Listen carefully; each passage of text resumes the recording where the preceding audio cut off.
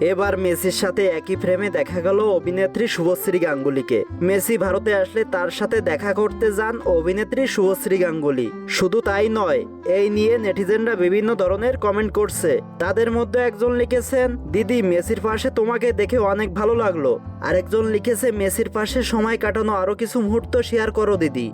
কেউ বা লিখেছে, দিদি মেসির পাশে তোমাকে খুব ভালোই মানিয়েছে। কারো আবার বক্তব্য, মেসির পাশে দাঁড়ানোর যোগ্যতা শুধু তোমারই আছে। আবার কেউ কটাক্ষ করে লিখেছে, এত টাকা খরচ করে শুভশ্রীকে দেখতে গিয়েছিলাম নাকি। অনেকে বলছে শুভশ্রীর পাশে মেসিকে মোটেই মানায়নি। তো বন্ধুরা, মেসির পাশে শুভশ্রীর কাটানোর সময়গুলো আপনার কাছে কেমন লেগেছে তা অবশ্যই কমেন্ট করে জানাতে ভুলবেন না। দেখা হবে, কথা হবে পরবর্তী কোনো ভিডিওতে। সেই পর্যন্ত সবাই ভালো থাকবেন, সুস্থ থাকবেন। ধন্যবাদ।